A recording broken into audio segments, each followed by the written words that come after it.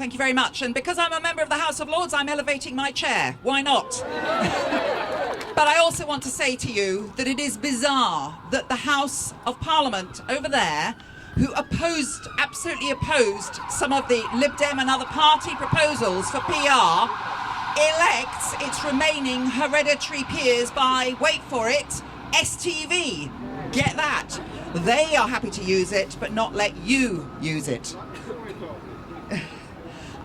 6 years ago today, Facebook's very useful, gives you reminders. 6 years ago today, I came down to the demonstration where we were all told to wear purple. And I'm still wearing my purple jacket, and I've still got my purple scarf. I'm gathering my various PR badges, but I hope that soon they will be made redundant. Well, perhaps not as soon as I want. In 1861, John Stuart Mill made it absolutely clear why we needed PR. He said, in a representative body, actually deliberating, he means legislating, the minority of course must be overruled. And in an equal democracy, the majority of people through their representatives will outvote and prevail over the minority and their representative. But does it follow that that minority should have no representatives at all? Is it necessary that the minority should not be heard? Unless they are heard, there is no equal government.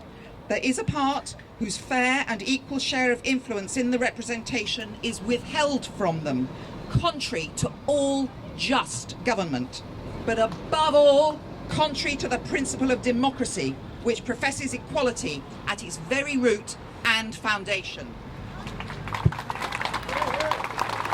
And that's why I am really proud of Justin Trudeau, who led the Liberals to their fantastic election last year, where they won a very good majority.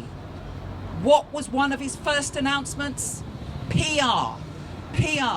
And he said when he did it, I may have ruled us out of running the government after the next election, but actually our system is not fair, and it's more important that the voters actually get the representatives that they want.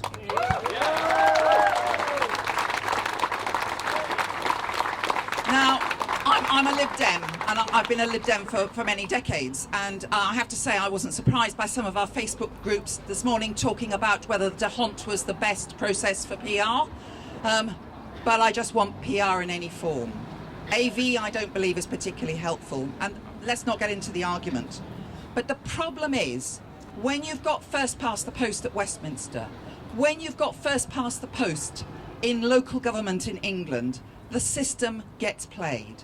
And I want to cite two examples from Thursday's elections. The first is in Manchester, where now there is one party other than Labour.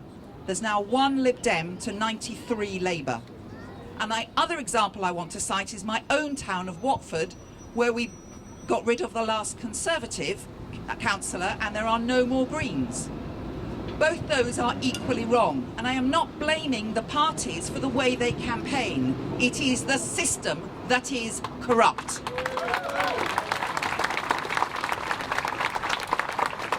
And I am going to get highly political for a moment, because George Osborne said in his budget speech that he wanted to get rid of the Lib Dems. Well, UKIP and Greens, you need to hear that too, because he doesn't just mean the Lib Dems, although we were a target for him. The reduction in MPs to 600 will favour the Conservatives. Their proposals in the trade union bill to cut the funding from trade unions is a disgrace, as was their proposals to cut short money.